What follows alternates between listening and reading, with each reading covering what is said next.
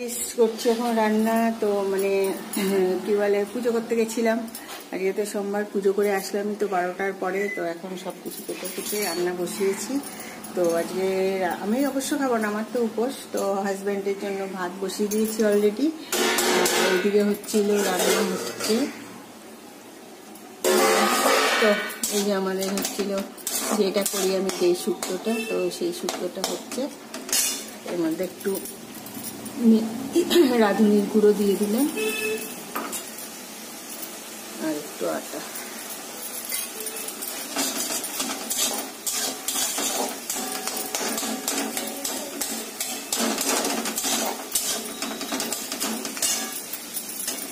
এটা অলমোস্ট হয়ে গেছে। আর বানাবো হচ্ছে কলমি শাক, এটাও বানিয়ে নিয়েছি, শুক্তো রেডি। আর এদিকে কালকে কিছু রান্না করে রেখেছিলাম, হচ্ছিল মাছের ঝোল করে রেখেছিলাম, নিরামিষ তরকারি। তো ওটা তো এখন বের করবো না, ওটা এখন খাবে না। তো মাছের ঝোলটা বের করবো। এই যে মাছের ঝোল করা আছে, মাছের ঝোল করে রেখেছি, মাছের ঝোল। তো এটাকে গরম করে নেবো, তো তাইলেই হয়ে যাবে আমার দুপুরের লাঞ্চ রেডি।